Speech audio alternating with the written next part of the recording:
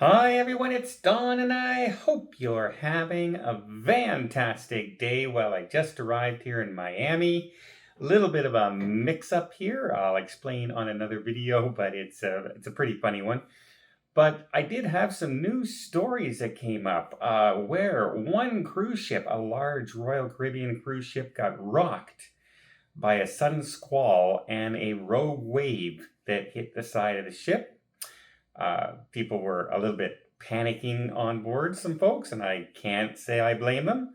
We also have, remember I talked about the spectrum of the seas and it was stuck in Japan, needed repairs, it's going to be late getting back to Shanghai. And I said, well, most people on those cruises are normally locals, like from China. Well, not so much. Apparently, there are over 100 plus Australians on board, plus 500 plus Russians on board. Now, they're all working now with the embassies and the cruise line and everything, trying to get these folks home. The Russian embassy is working with the consulate there, and they're trying to get permission from Japan to allow them to fly the passengers from Japan to Shanghai, and then from Shanghai back to Russia. And the trouble is, there's a big time difference between the areas and the cruise lines. A North American cruise line, the head office is in North America, and they are, trying to communicate and get all these things done and go through the government bureaucracy, etc., etc. Meanwhile, also, in case you didn't know, on these type of cruises, when you're going into Japan, they take your passport and they store it on the ship. Well, now that they have the passports and now that technically the cruise is over, they're not allowed off the ship. They're not allowed into Yokohama. They're there for a couple days, maybe even longer, and they can't get off the ship. Meanwhile, there's still other things on the ship that are closed and locked out, like the casino you can't use, the stores are closed. And so it does feel a little different there. This is not some kind of an emergency where they had to go into port early or anything. They're stuck there because the ship broke down. So we'll have to wait and see if they get those people flown home early or if they have to wait until the ship is repaired and actually gets back to Shanghai. Speak of repairs, the Regal Princess would not have any luck if it wasn't for bad luck right now. After having the first cruise canceled, having the second cruise canceled, well, they said, you know what? We got the generator. That's what was the issue on board. And they got it repaired. They got it fixed. They're doing okay. Here we go. The 10th is going to go, folks. November 10th cruise is going to go. We got the word out to everybody. And bam. The other generator now needs servicing as well. The good news is they have the team in place. And they have the items there. They have a generator there. They don't have to wait for one to come in. They're going to get it fixed. Trouble is, it's not going to be an easy overnight fix. And so the November 10th cruise, unfortunately, folks, is canceled as well. Again, Princess is offering that 50% future cruise credit, plus your money back, plus airfare change fees, etc. The same thing that they were having going forward. But wow, unfortunate bad luck. I mean, if they didn't have bad luck, they wouldn't have any luck at all right now on that ship. It really is disappointing because we really thought they had the ship up and running, ready to get going for the November 10th cruise.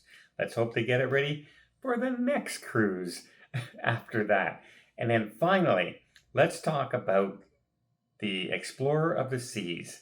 Normally, ships like Royal Caribbean will have their meteorologist, and they will avoid the rough weather. They will keep things pretty even keel and will hide from the hurricanes and everything. But sometimes a squall will just appear. A squall will just build up and suddenly be worse than it thought. And one of these caused a rogue wave to hit the side of the ship, sending it sideways and slanting off to the right-hand side like this. Well, there's some videos out there from passengers who are on board, and you can see people in the atrium literally sliding in their chair across the floor. Other places have tables and glassware and things were falling over. Passengers were walking and they were leaning like this. That's how over to the side it was, and pretty scary. Like if you're in the middle of a ship like that with a big atrium and all of a sudden it goes like this, you think panic, right? You think Poseidon Adventure, you think Titanic. But the captain immediately started steering the ship so its momentum would bring it back up into a stable position. It was going to do it anyway, but by turning the ship in the force of gravity, it helped bring it even faster. Within about 10 to 15 minutes, the ship was fully upright again and everything was operating as normal. But there was some cleanup to do, obviously, on board. There were some people on board who were panicking. The captain did come on and explain what happened. Good news is there were not a lot of injuries. There was no fatalities, which was good. In fact, the captain ordered everybody back to their stateroom so they could do a head count and make sure everybody was accounted for. Because of such a severe sudden jolt and a tilt, if you happen to be out on your balcony at that time and you're leaning over looking, oh look, there's some dolphins swimming by, and all of a sudden that happened, it is easy possibility of you falling in. So they wanted to double check. They were checking the closed circuit TVs, they were checking everything, but they wanted to do a head count just to be safe. I think that was a good idea to make sure everyone was good. There were some minor cuts and bruises on board, but some crew members actually had some cuts more than the passengers, most likely from doing things like trying to stop things from falling, trying to grab that glass from falling off the bar, the plates from falling off the table, etc. Good news is no one was really seriously, no life-threatening injuries, and the ship is running fine, and it continued on its itinerary with no damage actually done to the ship itself. But boy, like when I picture the atrium, you know how big the atrium is, and it's beautiful, and it's open, and it's spacious. It's like a mall. And then I think back to the movie The Poseidon Adventure. Remember that big glass wall that they had? And then the ship, of course, gets hit by the tidal wave and it flips upside down.